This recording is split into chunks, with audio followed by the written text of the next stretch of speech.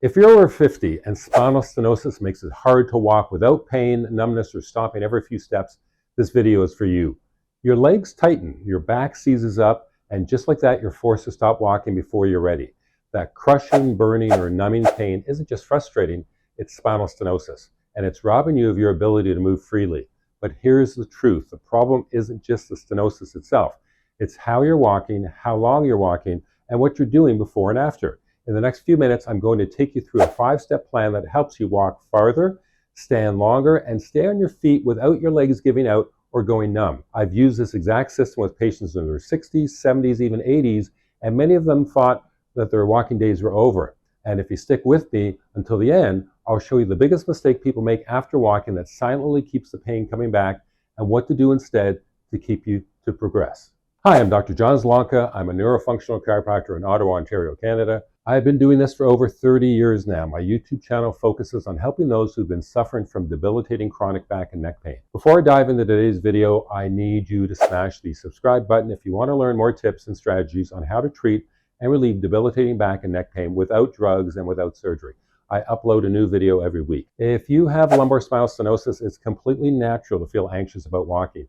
Many patients I've worked with over the years have told me they're afraid their legs might suddenly give out, or that they'll fall in public without warning. That fear is valid because when the spinal canal narrows, it can compress the nerves that control your legs. And the longer you walk, the more pressure builds up, cutting off the signals that keep your legs moving properly. But here's the good news. We've helped many patients just like you recover from back pain, leg pain, and mobility issues caused by lumbar spinal stenosis. We do this using our 7-step neurospinal restoration program, which is designed to restore spinal function, decompress the nerves, and help people walk confidently again. One of the core elements of that program is something I've talked about in several other videos, non-surgical robotic laser spinal decompression. It's a breakthrough therapy that helps relieve nerve pressure, reduce inflammation, and support healing without surgery, without injections, or downtime. If you want to learn more about how that works, I've included links to those videos in the description below. But right now, let's get into today's plan, a simple 5-step walking strategy that helps you move better, stand longer, and avoid the pain that usually stops you in your tracks. One is the pre-walk decompression. If you start walking without decompressing your spine first, you're already setting yourself up for failure. I know you're thinking, I'm just going for a walk. This is not a huge football game or a marathon. Yes, but those people playing football games and running marathons also aren't suffering with spinal stenosis. So you need to warm up for this. So that tightness, that burning, that numbness in your legs while you're walking, it's often because the nerves in your lower back are already under pressure before you even take your first step. So here's what I recommend to every patient with lumbar spinal stenosis. Lie on your back with your legs supported on a chair so your hips and your knees are both at 90-degree angles, and stay there for 2 to 3 minutes before you begin your walk. This position gently opens up the spinal canal, it takes pressure off the nerves, and it reduces inflammation so that you're not starting your walk already compressed. Most people who do this consistently experience less leg pain during walking, more walking time before symptoms return, and a calmer, more relaxed lower back. It's simple, it's safe, and it sets you up for success. But now that we've decompressed the spine, we need to prep it for movement, and that's what step 2 is all about. 2 is the forward-leaning warm-up. So one of the worst things you can do with spinal stenosis is to go from sitting to walking without preparing your spine. Why? Because walking upright puts your spine into extension, which narrows the space around your nerves. Exactly what causes that burning or numbing leg pain to show up fast. To avoid that, I recommend a simple forward-leaning warm-up to help reduce nerve compression before you even start walking. So here's how you do it. You stand with your feet shoulder width apart. You place your hands on your thighs or a stable surface. You gently bend forward at your hips so that the chest lowers towards the knees without rounding the back. You hold for 5 to 10 seconds, then you return to standing. You're going to repeat this 5 to 10 times. You can also do this seated if standing is difficult. Just sit at the edge of a chair, lean forward slowly, let the chest drop towards the knees in a controlled motion. The movement is coming more from the hips. You're not trying to round the back. It reduces pressure on the nerves. It allows your legs to function with less irritation. People often find they can walk longer, feel more stable on their feet, and notice less burning or tightening in their legs when they use this warm-up consistently. Now that your spine is ready to move, let's talk about how to walk without setting off your symptoms. And that's what step 3 is all about. 3 is the anti-fatigue walking strategy. So one of the most common mistakes I see with spinal stenosis is trying to walk as far as possible without stopping. That usually ends the same way every time. You hit a wall, the pain flares up, and you're forced to stop completely. The better strategy is to walk in intervals. This prevents your nerves from reaching that critical point where pain and numbness take over. Instead of waiting until your legs give out, you take control of the walk from the start. Here's how you do it. You start walking at a comfortable pace. After 2 minutes, you stop and you rest by leaning forward with your hands or on your thighs or on a bench. You stay in that flex position for 30 seconds to 1 minute, then continue walking for another 2-minute round. Repeat this walk rest cycle for as long as you feel comfortable. Even if you don't feel like stopping, stop and lean forward. Give that spine a break.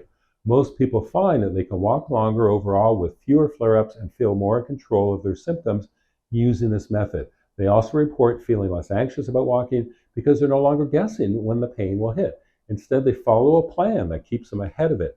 Now, let's go one step further. What do you do if symptoms still start creeping in during your walk? That's what step 4 is for. 4 is the mid-walk reset. So even with a good walking plan, there may be moments when the pain starts to creep in. Your legs might feel heavy, tingling may return, or your back begins to tighten up. When that happens, don't push through it. Instead, reset. The mid-walk reset gives your nerves a break and helps restore circulation before symptoms escalate. It's a simple move, but it can make a big difference in how long you can stay active without flaring up. Here's how to do it. You find a stable surface like a wall, a fence, or even a park bench. You place your hands on it for support. You take a small step back and you lean forward from your hips while keeping a soft bend in the knees. Let your upper body relax and round slightly so that the spine opens up. Hold this position for 20 to 30 seconds. Breathe deeply. Let the tension melt away. Then slowly return to upright and continue walking if you feel ready. You need to understand that people with severe spinal stenosis, accomplishing that is like a superb athlete accomplishing their triathlon. And you're going to need to prep and plan for all of this. The quick reset helps relieve pressure on the spinal nerves. It calms down irritation and lets you keep moving without losing control of your symptoms. Many patients say it gives them a second wind during longer walks and helps them stay out longer with less discomfort. Now let's make sure you finish strong. What you do after your walk can either lock in progress or cause a flare-up, and that's what step 5 is all about. 5 is the post-walk recovery move. Once your walk is done, your job isn't over yet. What you do in the next 5 minutes determines whether your progress sticks or if the pain creeps back in. Most people go from walking straight to sitting or lying down without thinking about spinal support. But when your spine has just been under load, suddenly slumping into a chair can cause the nerves to flare back up. Instead, you need a recovery move that actively helps your spine decompress and your nerves calm down. Here's what you do.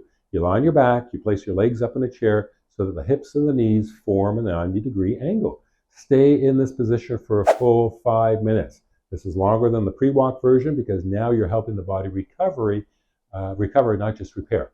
To enhance this, add deep breathing or gentle knee-to-chest stretches afterwards if it feels good. This post-walk recovery helps flush inflammation, reset the nerve pathways, and prevent the rebound effect that keeps so many people stuck in pain even when they're doing everything right. Now, before you go, I want to show you the biggest mistake people make after walking that silently resets their progress and how to avoid it completely. You've done the work, you've followed the steps, but now here's a mistake that silently undoes all your progress and almost no one talks about it. After walking, most people go straight to sitting. Not just any sitting, they slump on a soft couch, the recliner, the car seat, and they stay there. The problem? Right after walking, your spine is still under the effects of compression and inflammation. Sitting in a flexed or unsupported position closes the spinal canal even more and puts pressure right back on the nerves you just worked to unload. That one habit, sitting immediately after walking, can cause your pain to flare up, your legs to tighten again, and the numbness to return faster the next time you walk. Instead, stay upright and moving gently for at least 10 to 15 minutes or use the post-walk recovery position I shared earlier. This gives your spine time to settle, your nerves time to calm, and your body a chance to lock in the benefits of the walk. Make this small shift and you'll stop resetting the pain cycle and finally start building real progress. You now have a 5-step plan that can help you walk with more ease, reduce nerve irritation, and regain mobility safely and confidently. When you follow these steps consistently, many stenosis patients report walking longer without stopping, experiencing fewer flare-ups, and feeling more in control of their movement again. If you've learned something new and found value in this video, please give it a like and share it with someone who needs it. Remember to check the description below. I've linked other videos where I explain how non-surgical robotic laser spinal decompression works and how we can use it to treat lumbar spinal stenosis. Please leave a comment and let me know what part of this plan helped you the most, or if you've been dealing with walking pain and what that experience has been like. I read every comment. Subscribe if you want expert strategies, real solutions, and clear answers to help you move better, feel stronger, and get lasting relief from spine-related conditions. And if you want 5 great exercises to complement this walking routine, specifically for lumbar spinal stenosis, please go watch this video next. 5 easy-to-do exercises for quick lumbar spinal stenosis relief.